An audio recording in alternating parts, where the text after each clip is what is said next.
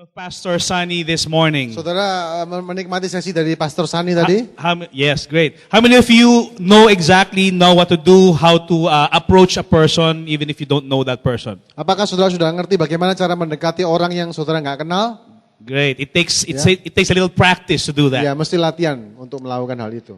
All right. Just when you talk about discipleship is really not just a concept, but it's really a heart coming from the Lord. Saudara, kalau bicara pemuridan itu bukan sekedar konsep, tetapi sebetulnya adalah hati yang dibawa ke hadapan Allah. And how many disciples do we have in this place? Dan berapa banyak murid di tempat ini? Can you please raise your hand if you are a disciple of Jesus? Murid Yesus, saudara bisa angkat tangan. All right. A disciple comes from the Greek word mathetes. Murid itu berasal dari kata Yunani mathetes, which means learner. Yang berarti pembelajar. Or a pupil. Atau murid. How many of you want to learn something from the Lord? Siapa saudara yang ingin belajar sesuatu dari Tuhan? Great. So a disciple is somebody who learns every single day from Jesus. Jadi seorang murid adalah orang yang belajar setiap hari dari Yesus. When you talk about discipleship is not an end product. Saudara, pemuridan itu bukan produk akhir. Because discipleship is a process. Pemuridan itu adalah sebuah proses. Everybody say process. Katakan proses. Tell the person beside you, you are a work in progress. Katakan sebelah saudara, kamu adalah satu proses yang sedang berjalan. Tell the person beside you, tell that person, you are a work in progress. Engkau adalah satu kemajuan yang terus terjadi. Okay. Don't worry, God will finish you also. Tidak usah khawatir, Allah akan selesai dengan saudara. Okay, God's not done with us yet. Amen. Dan Allah belum selesai dengan kita. Amen.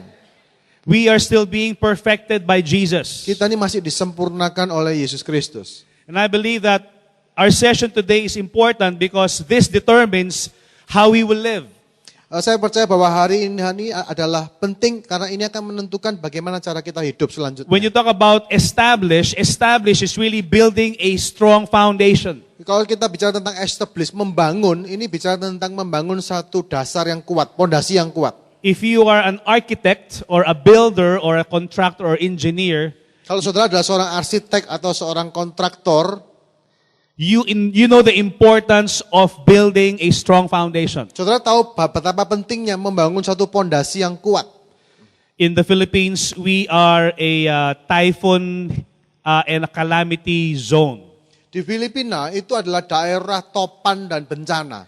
Storms frequently visit our country. Badai itu sering menghampiri negara kami. There are, sometimes even earthquakes visit our country. Bahkan kadang-kadang gempa bumi terjadi di negara kami. In Manila, there is what they call an earthquake, fault line. Di Filipina, kami ini disebut dengan satu wilayah yang penuh dengan gempa. And in order for us to be able to make sure that the house will stand, we need to make sure that the foundations are strong. Jadi kalau kami ingin memastikan bahwa satu rumah itu bisa bertahan, kami harus memastikan bahwa pondasi rumah itu tuh kuat. And how many of you know that even as a Christians, we will go through some storms in life? Saudara tahu bahwa sebagai orang Kristen kita akan mengalami badai dalam hidup kita? How many of you have gone through some testings and challenges? Please raise your hand. Sudah mengalami pencobaan dan badai dalam kehidupan saudara. How many of you have been through some difficult times? Please raise your hand. Wave saudara it. pernah mengalami masa-masa sulit, saudara bisa Wave angkat it if you have been through that some. Lambaikan tangan saudara. Yang If you're pernah not mengalami masa sulit. Great. If you're not raising your hand, don't worry, it will come. Ya, kalau saudara tidak angkat tangan, jangan khawatir, pasti datang itu masa sulit itu. I promise you that. Aku janji, saya janji sama saudara. Because Jesus said, in this world, you will have trouble. Karena Yesus berkata bahwa dalam dunia ini engkau akan mengalami masalah. But don't worry about that. He said, because I have overcome the world. Amen. Tapi jangan khawatir kata Yesus karena aku sudah mengalahkan dunia. But the question for us is when troubles and difficulties and hardship do come, are we ready? Tapi pertanyaannya ialah kalau kesulitan itu datang, apakah kita siap? I mentioned this morning that our family went through some difficult times. Tadi pagi saya cerita bahwa keluarga kami pernah mengalami satu masa sulit. My son who was 8 years old 10 years ago got sick of TB meningitis. Putra saya yang 10 tahun itu berusia masih 8 tahun kena sakit meningitis. He was a normal boy and he loved sports. Dia tuh anak laki-laki yang normal, sangat suka olahraga. But in a span of 2 months, he came from sickness to death. Dalam 2 bulan aja, tetapi dalam 2 bulan dia mulai sakit, kemudian meninggal dunia. 2 He bulan. got sick October of 2003, and by December 28, 2003, he died of that sickness. Oktober 2003 dia mulai sakit kelihatan dan kemudian Desember 23 Desember 2003 dia meninggal dunia. It's one of the fiercest and biggest storms that we have ever faced as a family. Itu adalah salah satu badai yang paling berat yang kami hadapi sebagai keluarga. If we were not strong in my foundation as a Christian, we would probably give up already. Kalau kami ini waktu itu nggak kuat secara pondasi kekristenan kami, mungkin saat itu kami sudah menyerah. Of course, me and my wife grieved for my son. Karena saya dan istri saya sangat berduka cita karena anak Our saya. hearts were broken. Hati kami hancur. We had a lot of questions before the Lord. Kami punya banyak pertanyaan untuk Tuhan. But at the end of the day, we decided instead of us getting bitter against God, we decided we will be better for Him. Di akhir hari, akhirnya kami memutuskan daripada kami pahit kepada Tuhan, lebih baik kami memutuskan untuk jadi lebih baik bagi Dia. But looking back, if I had not had a strong foundation in my Christian walk, I would probably be still questioning the Lord, Lord, why are you unfair? Tapi kalau menoleh ke belakang, kalau saja kami ini nggak kuat dalam pondasi, mungkin sampai hari ini kami akan bertanya-tanya, mengapa Tuhan, mengapa Engkau biarkan ini terjadi? That's why I believe that as believers, whether you've been here a Christian for 20 years or you are a new believer, you've got to have strong foundation in your life. Oleh sebab itu sebagai orang percaya, entah saudara orang percaya yang sudah 20 tahun jadi Kristen atau orang baru percaya, penting sekali bagi Anda untuk memiliki satu pondasi yang kuat. Let's look at the scripture from Matthew chapter 7. Mari kita lihat ayat firman Tuhan dalam Matius pasal yang ke-7. Allow me to read it from verse 24. Saya akan baca dari ayat yang ke-24. Therefore, everyone who hears these words of mine and puts them into practice is like a wise man who built his house on the rock. Setiap orang yang mendengar perkataanku ini dan melakukannya sama dengan orang yang bijaksana yang mendirikan rumahnya di atas batu. The rain came down, the streams rose, and winds blew and beat against that house, yet it did not fall because it had its foundation on the rock. Kemudian turun hujan dan datanglah banjir, lalu angin melanda rumah itu, tetapi rumah itu tidak rubuh sebab didirikan di atas batu. But everyone who hears these words of mine and does not put them into practice is like a foolish man who built his house on sand. Tapi setiap orang yang mendengar perkataanku ini dan tidak melakukannya, ia sama dengan orang yang bodoh yang mendirikan rumahnya di atas pasir. The rain came down, the streams rose, and the winds blew and beat against that house, and it fell with a great crash. Kemudian turunlah hujan dan datanglah banjir, lalu angin melanda rumah itu sehingga rubuhlah rumah itu dan hebatlah kerusakannya. In this particular story, we see 2 types of builders. Ya, dalam cerita ini kita melihat 2 jenis orang yang membangun rumah.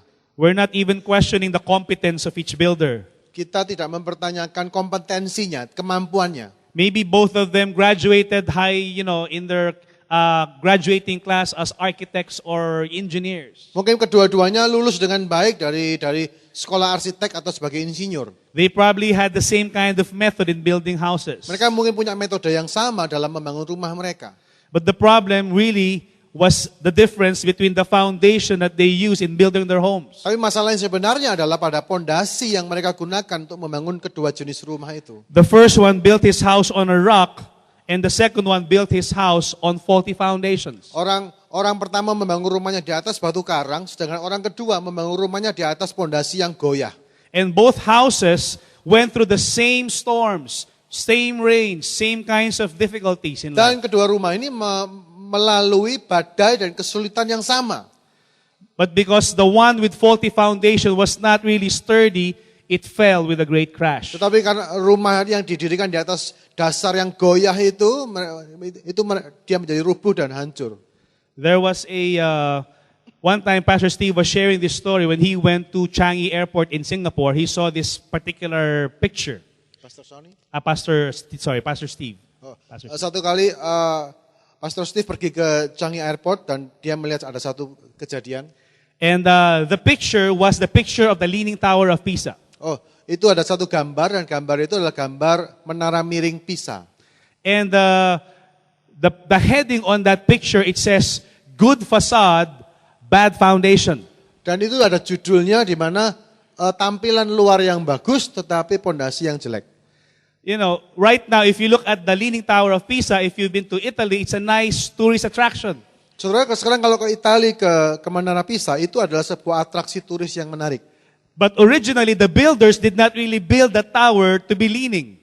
Tetapi sesungguhnya orang yang membangun menara itu tidak bangun menara itu supaya miring begitu. They intended to build the tower to be a straight tower. Mereka bermaksud awalnya mendirikan menara yang tegak. How many of you will stay in a hotel that is like that? Saudara mau tinggal di hotel yang miring begini? You'll get dizzy, right? Saudara kan pusing kan? You know, if you go to the bathroom in the morning, I don't know how you will sit down. Saudara kalau ke kamar mandi, saudara kan bingung makainya bagaimana. You know, you'll have motion sickness. Saudara akan pusing. But the real reason why that tower is leaning is because of the faulty foundation. Alasan yang sebenarnya mengapa menara itu jadi miring itu karena pondasinya itu jelek. You see, Pisa means marshlands. Sorry? Pisa means marshlands, wet. Pisa itu berarti tanah yang gembur. And when they were digging a foundation, they found out that there is like a watershed under the land. So they decided that instead of building a deep foundation, they dig only 10 feet foundation. Jadi waktu orang membangun menara Pisa, mereka menjumpai bahwa kalau mereka gali dalam, di bawah itu ada aliran air. Sehingga mereka memutuskan mereka cukup menggali 3 meter saja pondasinya. So they dug only 10 feet deep, but they built an 80 feet tower. Jadi mereka tuh menggali pondasi cuma 10 meter, tapi mereka membangun menara itu 26 meter. And if you're a builder or an architect, of course you will say that that's crazy because if you want to build a high tower, the length or the height of the tower is determined by the depth of the foundation. Ya, itu adalah hal yang bodoh karena sebagai arsitek kita tahu bahwa kalau saudara mau membangun makin tinggi menara, saudara harus membuat pondasi itu makin dalam. In fact, if you want to see how tall a building is, just look at the foundation. Saudara, bahkan kalau saudara ingin tahu gedung ini bakal setinggi apa, saudara bisa lihat dari pondasinya. Because foundations will determine the future. Karena pondasi itu menentukan masa depan. Our foundations as Christians will determine our future. Pondasi dasar kita sebagai orang Kristen menentukan masa depan kita. Since the foundation of the Leaning Tower of Pisa is so shallow, karena pondasi dari menara miring Pisa ini begitu dangkal, they had to close it because they found out that it's been leaning, regularly every year since 1100s. Mereka akhirnya harus menutup menara ini untuk umum karena mereka menjumpai bahwa menara ini makin tahun makin miring. And by 1990, it's been leaning at a degree of 17 feet already. Dan pada tahun 1990 itu kemiringannya sudah mencapai 20 meter lebih. They had to close it to tourists because if one overweight tourist would stand at the end of that tower might collapse. Mereka harus menutupnya untuk turis karena kalau sampai ada turis yang gemuk yang naik ke ujung menara itu bisa roboh menara itu. So they closed it for 10 years. Jadi mereka menutup menara itu selama 10 tahun. And they spent $27 million to fix the foundation. Dan mereka menghabiskan $27 juta untuk memperbaiki pondasinya. Guess what? They did not put it back as a straight tower because the tourist attraction won't be there anymore. Ya, saudara, mereka tidak meluruskan menara itu karena itu memang untuk daya tarik turis. But they fixed the angle to 15 feet. Tapi mereka memperbaiki sudutnya hanya sekitar 5 meter saja. And that's how it is if we will have faulty foundations. Ya itulah akibat kalau kita ini memiliki satu pondasi yang lemah. It will be expensive. Akan mahal nanti. It will cost us if we have faulty foundations. Akan membuat kita membayar harga yang mahal karena gara-gara fondasi yang lemah. Let's look at the 3 things that we can see in this topic. Number 1, Jesus is the ultimate foundation. Mari kita lihat ada 3 hal dalam topik ini. Yang pertama, bahwa Yesus adalah dasar yang utama. 1 Corinthians chapter 3 verse 11. 1 Korintus 3 ayat 11. It says, "For no one can lay any foundation other than the one already laid, which is Jesus Christ." Karena tidak ada seorang pun yang dapat meletakkan dasar lain daripada dasar yang telah diletakkan, yaitu pada Yesus Kristus. We need to make sure that in Christianity, the cornerstone and the basic foundation we have is Jesus Christ. Kita perlu memastikan bahwa batu penjuru dan dasar kekristenan kita itu adalah Yesus Kristus. It's not it's not our church doctrines. Itu bukan doktrin gereja The dasar. foundation is not the founding pastors. Fondasi kita bukanlah para pendiri The gereja. foundation is not the givers in the church. Fondasinya bukan para donatur di gereja. The foundation is not even like a powerful preacher or a celebrity. Fondasinya juga bukan seorang pengkhotbah yang hebat atau seorang yang terkenal. But the foundation that's solid is really Jesus Christ himself and what he did on the cross. Tetapi fondasi yang kuat adalah Yesus Kristus yang sudah memberikan hidupnya di kayu salib. We need to lay the power of the gospel in the hearts of our people. Kita perlu meletakkan kuasa Injil itu sebagai dasar dalam hati setiap orang percaya. We need to make sure that as disciples, we know what the gospel is. Kita perlu memastikan bahwa sebagai seorang murid, kita tahu persis Injil itu apa. How many of you know what the gospel means? Berapa saudara tahu di sini apa Injil itu? You know, gospel means good news. Saudara, Injil itu artinya kabar baik. How many of you would like to receive good news? Saudara suka dengar kabar baik? How many of you would like to receive bad news? Berapa yang suka dengar kabar buruk? How many of you will be excited that if tomorrow morning, if somebody from the bank calls you and says, we will deposit $50 million in your account? Ya, berapa dari saudara akan sangat senang besok pagi ada orang bank telepon, kami nambah saldo Anda $50 juta. Because one of your long lost relatives died and there's no heir to his inheritance and you are the closest of kin. Karena ada anggota keluarga Anda, keluarga jauh yang meninggal tidak punya keluarga dan Anda adalah keluarga terdekatnya. How many of you will be excited with that news? Siapa yang akan senang dengan berita itu? Come on now. Ayo, jujur. How many of you know that it will affect your life? Apakah saudara tahu bahwa berita semacam itu bisa mempengaruhi hidup saudara? Good news will change the way we live. Kabar baik itu bisa mengubah cara kita hidup. And in the same way, the gospel should have an impact in our lives. Dengan cara yang sama, seharusnya Injil itu juga membawa dampak Jesus yang is dalam the hidup kita. foundation of our Yesus life. adalah dasar hidup kita. We need to know what the gospel means. Kita harus tahu apa arti Injil. It's more than just memorizing John 3:16, by the way. Itu hanya itu lebih dari sekedar menghafalkan Yohanes 3 ayat 16. How many of you know John 3:16? Saudara hafal Yohanes 3 ayat 16, tahu? Can you say that with me? Bisa diucapkan? Okay, ready? Go. 1, 2, 3, Yohanes 3 ayat 16. Karena begitu besar kasih Allah akan dunia ini, sehingga ia mengaruniakan anaknya yang tunggal, supaya barang siapa percaya kepadanya tidak binasa, melainkan beroleh hidup yang kekal. That's great. Ya, luar biasa. Give yourselves a hand. Tepuk tangan untuk diri saudara sendiri. But I believe that is just a starting point of knowing what the gospel means. Tapi saya percaya ada satu titik awal di mana saudara mulai mengerti apa itu arti Injil. Because the Apostle Paul said that this gospel I pass on to you as of first importance. Karena Rasul Paulus berkata bahwa kabar baik Injil ini aku berikan kepadamu sebagai hal yang terutama. That Jesus died, He was buried, and He was raised from the dead. Bahwa Yesus itu sudah mati dan dia dikuburkan dan dibangkitkan di hari ketiga dari antara orang mati. And that is the gospel. Itulah Injil.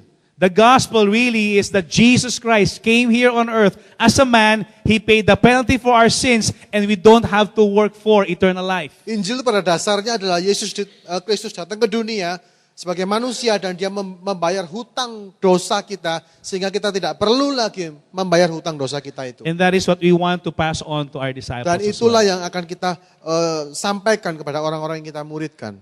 Okay. Number 2. Nomor 2. Obedience establishes biblical foundations. Ketaatan itu mengokohkan fondasi Alkitabiah. That's why, we've read earlier in Matthew 7:24, therefore anyone who hears these words and puts them into practice.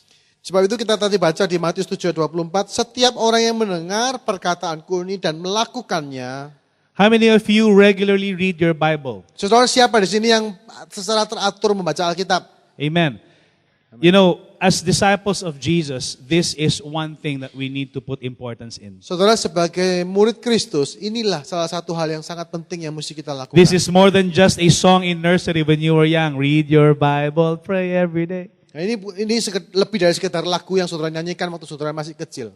But we need to actually read our Bibles every day. Tapi kita ini sungguh-sungguh perlu membaca Alkitab kita setiap hari. And my question is, once you read our Bible, the question is, are we doing what we read? Tapi pertanyaannya, setelah engkau membaca Alkitab setiap hari, apakah engkau melakukannya? Are we practicing what we've read? Apakah kita mempraktekkan apa yang kita baca? Are we obeying the Word? Apakah kita mentaati firman? You know, when I was discipling this young man who was a businessman in our church, Satu kali saya pernah memuridkan seorang pria, seorang pengusaha di gereja kami. he is a publisher. Dia itu seorang penerbit. And his main line of business is he prints magazines. Bisnis intinya adalah dia itu mencetak majalah. If you're in the publishing business, the key way to earn money from that is to have a lot of advertisers. Jadi kalau saudara ada di bisnis seperti ini, cara untuk bisa bertahan, saudara harus punya banyak pemasang iklan. And the more advertisers you have, the more money you have. Kalau saudara punya lebih banyak pemasang iklan, lebih banyak uang yang saudara bisa dapatkan. He made the decision that as a Christian businessman that he will not allow sin products to enter his magazine like liquor and cigarettes and gambling. Sebagai pengusaha Kristen, dia memutuskan bahwa dia tidak akan menerima iklan-iklan berdosa seperti minuman keras atau iklan-iklan perjudian, begitu dalam majalahnya dia. But that was his conviction. Itu keyakinannya dia. And most of the people who advertise, at least in Manila, are really the liquor, the cigarettes, and the casinos. Tetapi sebagian besar memasang iklan di Filipina untuk majalah, itu ya pengusaha minuman keras, rokok, dan kasino. But because of the decision that he made, he said, God, you will be the one to move on my behalf. Tapi karena dia ambil keputusan itu, dia berdoa, Tuhan, biarlah engkau bergerak untuk membela aku. But despite the fact that he said no to these kinds of advertisers, guess what? God has actually given him more than enough money from other forms of advertising, and he became one of the best youngest entrepreneurs in our in the printing industry. Dan ternyata Tuhan kemudian memberkati dengan begitu rupa sehingga dia bisa menciptakan satu jenis iklan yang baru sehingga dia sekarang menjadi salah satu pemain terbesar dalam dunia advertising. How many of you know God is a great God? He is our Saudara, kita vindicator. tahu He bahwa will be the Allah one itu to besar provide. Amen. Dan dia sanggup menyediakan segala yang kita Come on, give the butuhkan. Lord a Amen. hand. Haleluya. If we obey the Lord, He will vindicate us. Kalau kita taat kepada Tuhan, dia akan membela kita. Obedience is key. Ketaatan itu adalah kuncinya. You know, my two daughters were now teaching them how to obey us. Saya ini punya guru, sorry. Two daughters were teaching them how to obey. Okay. Kami mengajar dua anak kami supaya mereka itu taat kepada kami. You know, we're doing parenting and disciplining in our home. Kami ini melakukan pekerjaan sebagai orang tua dan menerapkan disiplin dalam rumah kami. And one of the things that we have taught them is, you know, you don't question your parents, you just go ahead and obey. Ada satu pelajaran yang kami berikan kepada mereka yaitu gini, jangan mempertanyakan orang tuamu, kamu taat aja. And we found out that there are a lot of excuses that a young child can give because they're really smart. Karena kami tahu bahwa seorang anak itu bisa berbantah karena mereka itu pintar. Sometimes they will just obey you for the sake of obeying, but their hearts are not really there. Karena kadang-kadang mereka itu bisa taat ya hanya karena harus taat, tapi hatinya sebetulnya nggak kepingin taat. I believe as Christians, we need to put our hearts into our obedience. Amen. Saudara, saya percaya kita sebagai orang Kristen, kita perlu menempatkan hati kita ini betul-betul taat kepada And Tuhan. number 3, Nomor 3, repentance is foundational. pertobatan itu adalah dasar. In 2 Timothy chapter 2, verse 19, 2 Timotius 2 ayat 19, it says, nevertheless, God's solid foundation stands firm, sealed with this inscription, the Lord knows those who are His, and everyone who confesses the name of the Lord must turn away from wickedness. tetapi dasar yang diletakkan Allah itu teguh dan materainya ialah Tuhan mengenal siapa kepunyanya dan setiap orang yang menyebut nama Tuhan hendaklah meninggalkan kejahatan. Repentance is foundational in the disciples' life. Pertobatan itu hal yang mendasar dari kehidupan murid. Not only do we teach our disciples how to obey the Lord, but we teach them how to turn away from sin. Di mana kita tuh tidak hanya mengajar murid kita untuk mentaati Tuhan, tapi juga mengajar mereka untuk meninggalkan dosa. And I know that when you talk about sin, sin is a trap many times. Kalau kita bicara tentang dosa, dosa itu jebakan. You know, when you talk about repentance, repentance is really coming from the Greek word metanoia, which is a change of mind.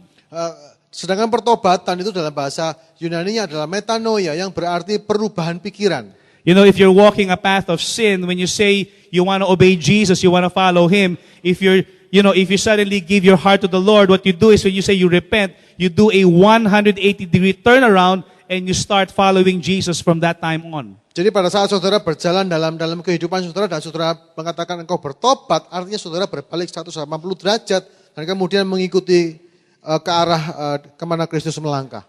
And, you know, what we do is we want to make sure that we teach our people how to understand that, you know, when you talk about discipleship and Christianity, it's not just about coming to church. Saudara, kita harus memastikan bahwa pada saat kita mengajar orang tentang kekristenan, itu bukan tentang pergi ke gereja. How many of you know that, you know, when you come to church, it doesn't necessarily make you a Christian? Saudara, berapa saudara tahu bahwa ke gereja aja tidak menjamin bahwa saudara ini orang Kristen? There are a lot of people who go to church, but they're not necessarily disciples right away. Ada banyak orang ke gereja, tetapi mereka itu sama sekali bukan murid Kristus. It's like when you go to McDonald's, you don't become a hamburger, right? Seperti saudara pergi ke McDonald's, saudara tidak menjadi hamburger.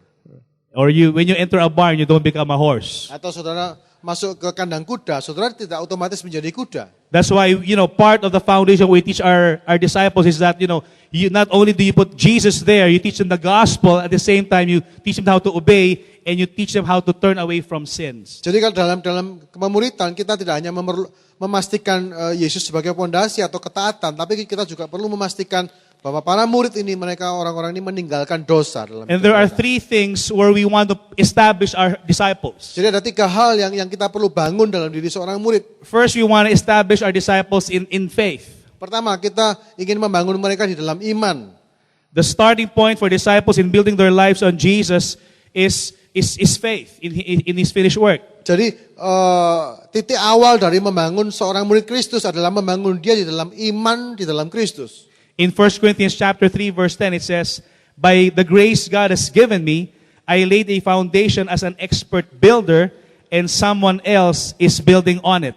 Dikatakan 1 Korintus 3 ayat yang ke-10, sesuai dengan kasih karunia Allah yang dianugerahkan kepadaku, aku sebagai seorang ahli bangunan yang cakap telah meletakkan dasar dan orang lain membangun terus di atasnya. But each one should be careful how he builds. Tapi tiap-tiap orang harus memperhatikan bagaimana ia harus membangun di atasnya. For no one can lay any foundation other than the one already laid, which is Jesus Karena Christ. tidak ada seorang pun yang dapat meletakkan dasar lain daripada dasar yang telah diletakkan, yaitu Yesus Kristus.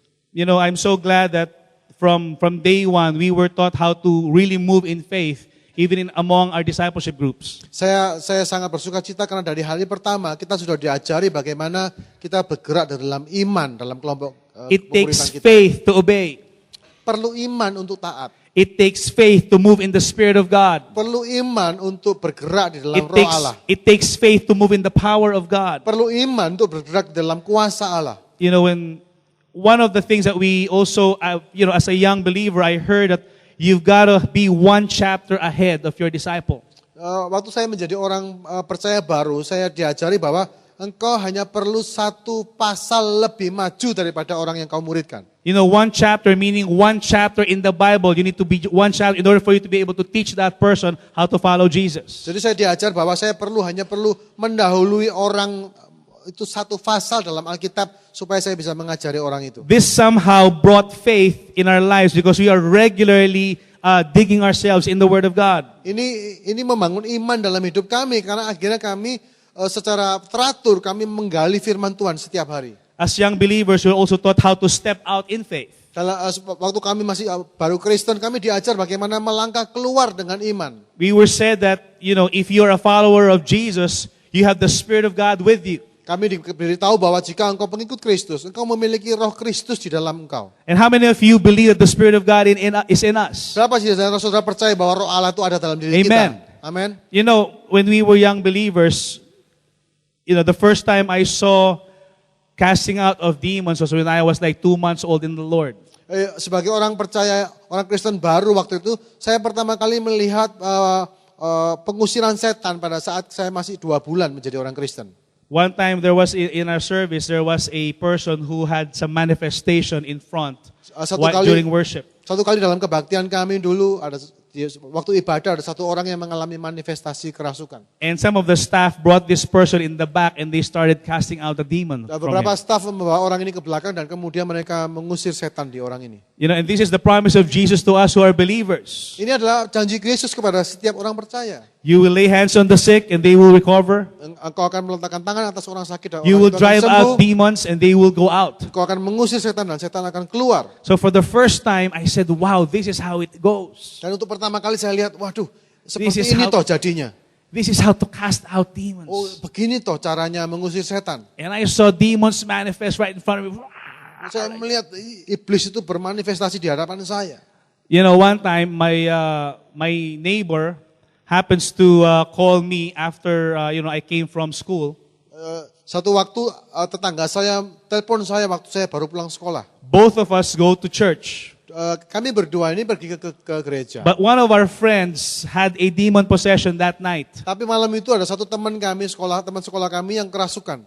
So the mother of my friend called us and said, "Can you help us and pray for your friend?" Jadi mama dari teman kami menelpon kami dan minta supaya kami mendoakan anaknya. You know, I've never done demon casting out before. Sebelumnya waktu itu saya nggak pernah ngusir setan, doa But I ngusir said to setan. my friend who's also a Christian, I said, let's do it by faith. Tapi saya ngomong sama teman saya yang Kristen, ayo kita lakukan dengan iman. So we went there. Jadi kami ke rumah itu, We were praying, we were speaking in tongues. kami berbahasa lidah. Ukarabashamba. Oh, karena apa sih, Kak? I said, Lord, help us. Saya katakan Tuhan tolong kami. And when I saw my friend Dan waktu saya lihat teman saya who's demon possessed, yang kerasukan itu, he looked so different. dia kelihatan beda sekali. His face is different. Wajahnya tuh beda, His voice is different. suaranya beda. And he says, if you cast me out, Dan dia mengatakan, kalau engkau I mengusir will aku, go into you. aku akan masuk ke dalammu. I said, stay there, stay Saya there, katakan, stay "Lu there. tinggal di situ, tinggal di situ. You know, I was so afraid. Saya takut. I was 2 months old in the Lord. Saya ini baru Kristen 2 bulan. And I said, God, Saya katakan, Tuhan, can you send our pastor to do this? biarlah gembalaku aja yang lakukan ini. But we were the only ones there. Tapi waktu itu cuma kami yang di situ. And I tried to recall, what did that guy do? Dan saya mulai ingat-ingat yang saya lihat tempo hari itu, So ngapain we orang started worshiping the itu. Lord. Jadi kami mulai nyembah Tuhan. We started reading the Bible for that person. Kami mulai bacain Alkitab We untuk orang started itu. speaking in tongues again. Kami berbahasa lidah lagi. And then when we were, ready, we said, in the name of Dan Jesus, saat kami merasa siap, kami bilang dalam nama Yesus, get out! keluar, Get out! keluar. Nothing's coming out. Eh, And this guy said again, if you cast me out, Dan ini orang ini ngomong lagi, kau ngusir I'm aku. gonna go inside of you. Aku akan masuki kamu. And I said, can we just call it off already? We wanna go home. Kami cari orang lain aja, kami mau pulang. But we, actually we prayed and prayed and prayed, and you know what? We did not cast that demon out. Dan itu malam itu kami doa dan kami nggak berhasil. You were probably mengusir setan. saying, oh, what happened to the faith? Loh, gimana imannya itu? We went home and we said, God, what's happening here? Kami pulang dan kami tanya Tuhan, apa yang terjadi? Maybe we were not ready. Kami nggak siap, We don't know. kami nggak tahu. But years later, Tapi bertahun-tahun another kemudian opportunity for us came ada lagi kesempatan bagi kami to cast out demons. untuk mengusir setan. I was alone at this time. Waktu itu saya sendirian. One of my friends called me. Ada satu teman yang hubungi saya, It was in a hotel room. itu dalam hotel. And this guy was really huge. He was like double my size. Dan orang yang kerasukan ini sangat besar, 2 kalinya saya. He's like an MMA fighter. Dia itu seperti seorang petarung And MMA itu. Yeah, he got demon possessed. Dia itu kerasukan setan. And when he was there and he was manifesting, he was almost like turning his, head around. Jadi dia tuh kerasukan, dia noleh. And I was there. I did the same thing. Dan saya lakukan hal yang sama. In the name of Jesus, Dalam nama Yesus, I cast you out. aku usir engkau. Guess what the demon said to me again? Dan surat tebak apa yang If dikatakan I get iblis out, itu. I'm going to go inside of you. Dia ngomong hal yang sama lagi. I Kalau said, kau this keluar, might aku be the masukin same kamu. demon Itu mungkin setan yang from sama years itu. back visiting me. Itu setan yang sama yang saya temui itu. But this time I was ready. Tapi kali ini saya siap. This time I was full of faith. Dan kali ini saya penuh iman. And that big guy was about to punch me. Dan orang yang gede itu sudah mau tinju And saya. I said, how dare you? Lalu kau berani I'm kamu? not afraid of you. Aku gak takut sama Right kamu. now. Sekarang. Get out. Keluar. Get out. Keluar. Get out. Keluar. After the third get out, Dan he 3 kali got keluar. out. Dia betul-betul He started vomiting. Dan dia mulai And I don't know what muntah-muntah. came out of that man. Dan dia keluar But I said, in muntah-muntah. the name of years, you already been victorious. Dan Amen. dalam nama Yesus kita We need to establish berkemenangan. our people in the faith. Amen. Kita ini perlu membangun orang di atas dasar iman. I realize that when you talk about spiritual gifts, it does not just have to be with the pastors. Saya sadar bahwa kalau kita bicara tentang karunia rohani itu tidak harus berhubungan dengan gembala kita. That even non-full-time people can move in the spiritual gifts. Bahwa orang-orang yang tidak full time sekalipun bisa bergerak di dalam karunia-karunia rohani. You know, Jesus said, if you are a believer, you will lay hands on the sick. And Yesus yang they will berkata recover. bahwa jika engkau orang percaya, engkau akan meletakkan tangan di atas orang sakit dan orang sakit itu sembuh. Greater things will you do because you believe in me. Hal-hal Amen. yang lebih besar yang akan saudara kerjakan karena engkau itu adalah orang percaya. Praise God. Let's move on. Puji Tuhan. Lanjutkan. Second is establish in church community. Membangun di komunitas gereja. In John chapter 13, verse 34 and 35, Dalam Yohanes 13, 34 sampai 35. Aku memberikan perintah It says- baru kepada kamu, yaitu supaya kamu saling mengasihi sama seperti aku telah mengasihi kamu. Demikian pula kamu harus saling mengasihi. Dengan demikian semua orang akan tahu bahwa kamu adalah murid-muridku, yaitu jikalau kamu saling mengasihi. yeah, a new command I give you, love one another as I have loved you. So you must love one another. By this, all men will know that you are my disciples if you love one another. Ya. You know what? Part of living together as believers and establishing in church is also knowing how to forgive. Saudara, ada satu hal dalam kita hidup bersama, saling mengasihi sebagai satu gereja adalah kita perlu tahu bagaimana caranya saling mengampuni. We will get hurt. Kita akan luka, We will get offended. kita akan tersinggung. And part of that, in living together as a body of Christ, is really knowing how to forgive. Dan saudara, karena itulah sebagai kumpulan orang percaya yang hidup bersama, kita perlu bagaimana caranya mengampuni. You know, if you're looking for a perfect church, guess what? You will never find a perfect church. Saudara, kalau engkau mencari gereja yang sempurna, sudahlah, tidak akan saudara temukan. We will always find something wrong with the church that we're attending. Amen. Kita akan selalu menemukan hal yang keliru dalam gereja yang kita hadiri. You will find something wrong with the ushers. Saudara akan melihat hal yang salah di You'll find asyurnya. something wrong with the music team. Saudara bisa melihat hal yang keliru di You will find something wrong with the musiknya. small groups. Saudara melihat kesalahan di With the pastors. kelompok kecilnya, gembalanya. And guess why it's not perfect as a church? Dan saudara tebak kenapa kok tidak sempurna gereja itu? Because you go to that church. Karena engkau ada di situ. And you are imperfect as well. Dan saudara adalah orang yang tidak sempurna. You know, and I counseled a couple of people who said, I'm moving to this church because I don't like the church where I came from. Saya pernah mengkonseling beberapa orang yang berkata bahwa aku ini pindah gereja karena aku tidak suka dengan gerejaku yang lama. And I found out that this person did not really come from that church because he came from 2 other churches more before he came to this church, before coming to our church. Dan saya menemukan bahwa orang ini sebelum dia di gereja yang situ, dia sudah ke 2 gereja yang lain sebelum dia kemudian berpindah-pindah sampai ke gereja And kami. every time he would say, I don't like the pastor, I don't like this, I don't like that. Setiap kali dia bilang bahwa aku tidak suka gembalanya, aku tidak suka ini, tidak suka itu di gereja. So he decided to move on. Jadi dia terus menerus pindah. And I told him, Dan saya berkata kepada dia, don't you realize that there is a common denominator between your moves? saudara lihat enggak, ada sesuatu hal yang sama dalam setiap pindahmu itu. You're saying that all of them have a problem, but it's you who's the common denominator in all your 4 churches. Ya, kamu bilang bahwa masalahnya itu di orang-orang itu, padahal semua hal yang sama yang mereka miliki ya kamu itu yang jadi masalah di setiap gereja. Maybe Itu. what you need to do is to forgive and move on. Mungkin yang harus kamu lakukan adalah engkau harus mengampuni dan kemudian melanjutkan hidupmu. And get established in your local church. Dan kemudian dibangun di dalam satu gereja lokal. God is the one who plants us in our churches. Amen. Allah lah yang menanam kita di sebuah gereja. You know, I want to ask you something. Saudara, saya ingin bertanya kepada saudara. I want you to pray for your pastors. Berdoalah untuk gembalamu. I want you to stand with them. Saya ingin saudara membela gembala I saudara. want you to bless them. Berkati gembala saudara. I want you to regularly appreciate them. Saya ingin saudara secara teratur memberikan penghargaan kepada gembala saudara. Sometimes